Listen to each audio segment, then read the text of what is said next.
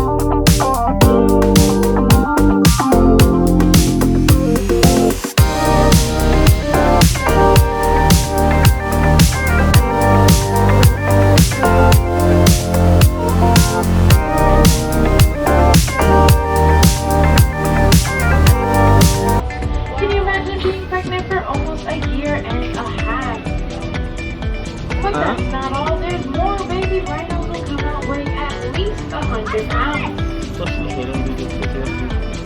Today, less than 2,000 Indian rhinos survive in India and Nepal, but here at the Bronx Zoo, we do care for 5 endangered Indian rhinos. Whoa, don't run off. Whoa, look at her go, look at her go. Now, many people do describe rhinos as armor-plated, but that is not at all true. Though the skin of a rhino may look thick and tough, it is actually very sensitive and needs protection from the sun and insects. And our rhino's favorite way to protect their very sensitive skin is actually to lay in a mud wallow. So if you ever see any of our rhinos laying in the mud, it's not because they like it, it's actually to protect their very sensitive skin. But here's a little bit more about our rhinos. WCS, the rhinos you see here are Indian rhinos. We work with habitats all over the world that are homes. Here is a note from Sumatra, and Wulan, who works with the Sumatran rhinos. Sumatran rhinos are the smallest of the world's rhinos, and they are considered critically endangered. My name is Wulan Kasturi, and I'm the Species Conservation Specialist for WCS Indonesia Program. We carried out an island-wide survey of the last wild population of Sumatran rhinoceros. And I do apologize for having to speak over the PA, but if you look straight ahead, you'll be able to see our nilgai antelopes. These are the ones with the lighter-coated animals. And if you look closely, you might even see that they look to have black and white boots on. Now these dark patchy animals right here are our sandbar deer. Now the male sandbar deers can weigh up to 650 pounds. And this lovely animal right here is one of our nilgai antelopes. And we do only have ladies out today, so it is a girls' day out. And just one more time, the ones with the dark patchier coat are our male sandbar deers. And if you look straight ahead and all the way to the left, you'll be able to see some more of our animals. But one of our nilgais have made a very special appearance. Look down to the ground. And there she is.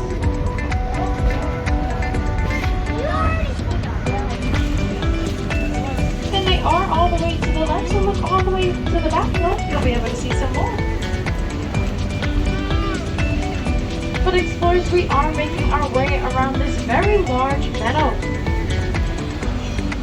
And look to the left one more time, you'll be able to see some of our sandbar deer. But here at the Bronx Zoo, we do like to provide our animals with plenty of room.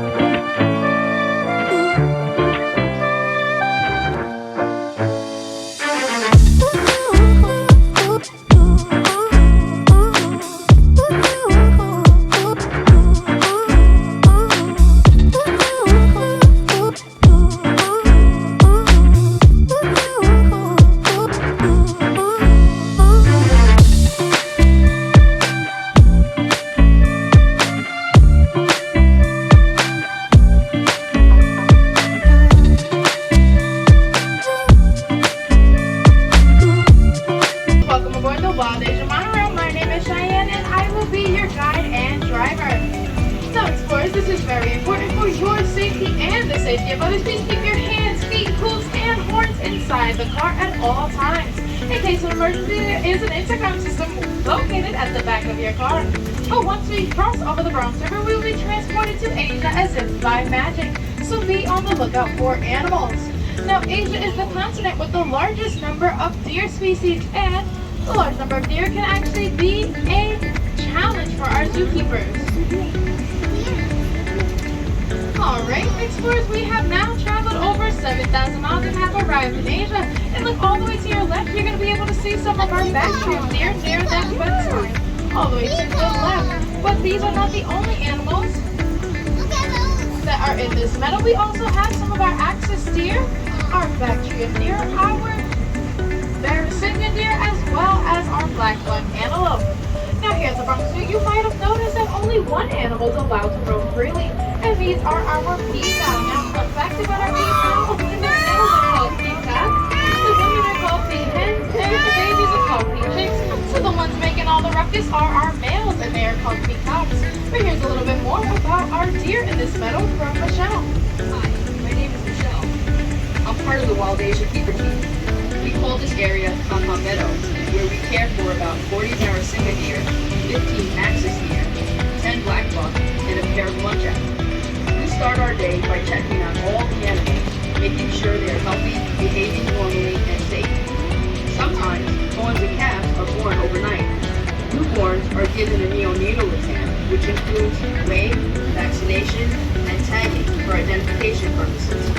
While the animals are in the meadow, we prepare their nighttime holding areas so that they have a safe and clean place to spend the night. And if you look down to the ground, you'll be able to see two of our zookeepers. Everyone say hello to our zookeepers. And there they are. But explorers, we all know an animal that no longer exists like the dinosaurs or the dodo birds. These next animals are actually on the verge of extinction. I'm talking about our Mongolian wild horses. So once you look through these trees, you'll be able to see our Mongolian wild horses. And explorers, can I get a lovely ooh, ah? Oh, nice. Bravo, you're l'internet. And these are our Mongolian wild horses. Now, as we are approaching these animals, you're probably noticing a few differences between these horses and our domestic ones we are more used to seeing. These horses have a stockier build, shorter legs, and an erect mane, which means they have a mohawk. But explorers, if you look closer, you might even notice that they are missing a forelock. Now, the forelock is just a piece of hair that lays over the top of their head. These are our Mongolian wild horses. But here's a little bit more from Jonathan's side about our horses. Farmer. My job is to promote the solutions about wildlife environment.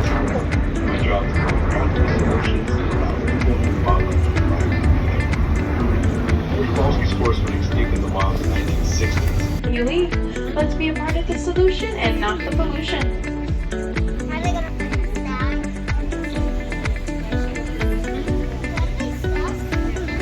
Alright, explorers, our journey is almost at an end.